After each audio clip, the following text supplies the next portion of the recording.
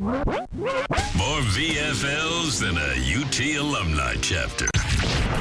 Now, back to the Sports Source. And welcome back in. This segment brought to you by A.G. Hines Company. Thinking about a home improvement project? Turn to the company that has been doing it in Knoxville for 100 years. They have been supplying the biggest contractors in all the state. These guys know what they're doing in terms of getting you building materials, and now you can take your own do-it-yourself project to these guys. Not only do they have everything you could possibly need, they can step you through your project. They got a lot of experience in 100 years. They know how to help you get your thing done. A.G. Hines Company, aghines.com. All right, this is our players-only meeting. UT is halfway through the season, and depth issues are starting to pop up, as I mentioned in the tease. Trayvon Flowers breaks his leg yesterday. They had to bring in Jalen McCullough. To'o got suspended for the first half against Alabama, so you are actually going to have Daniel Batula, who's playing about 99.9% of the games right now, and he's going to be lining up next to Kavaris Crouch, who just moved to inside linebacker this past week. He played some in the preseason, but still he hadn't played there during the season.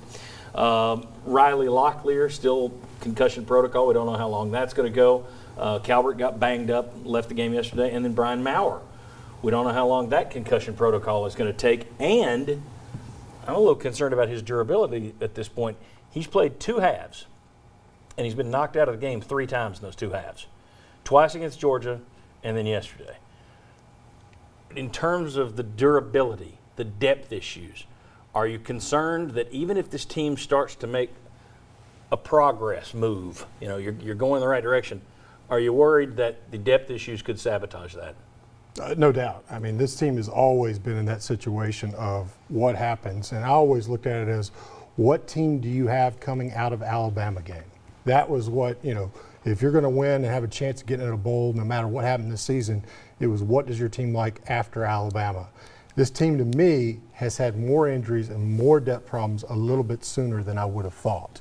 They've lost guys, so I think they're a little lighter than I would have thought before the Alabama game. So the big part about this game is, what do you come up with after this game? How many more injuries do you have to deal with? Can you get everybody through this game?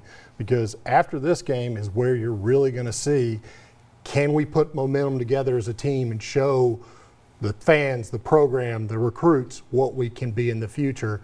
And that's really, you got to be able to survive this game. So this is a big concern.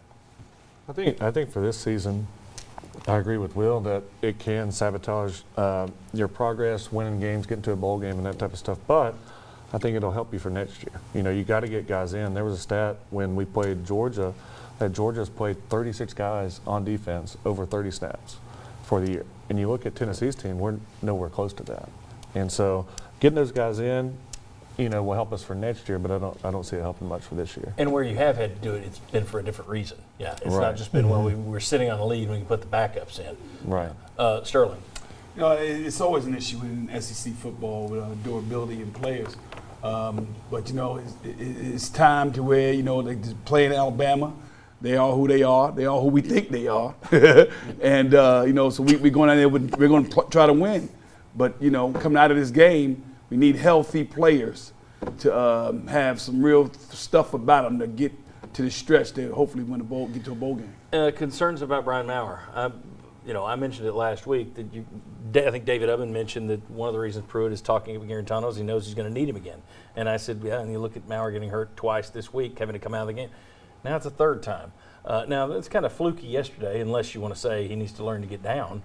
But Garantano was knocked out of 4 games last year, out of 12. This guy's been knocked out of 2 games 3 times.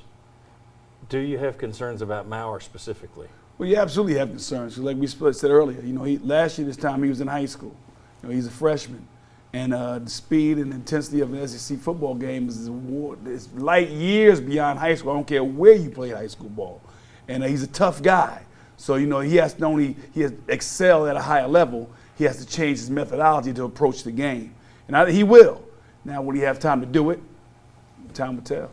You got to minimize your shots. He's got to learn that you can't take an unnecessary shot in this league, because you're going to get shots that are already coming at you that you're going to earn and deserve and get no matter what.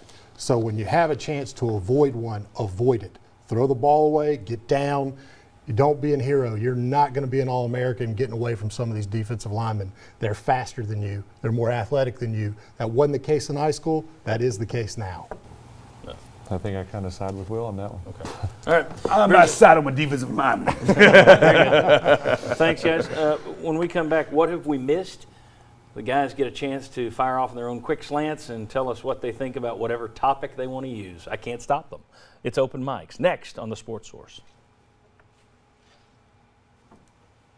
Catch us on Facebook Live, our YouTube channel, or on sportsource.tv. Let's do it.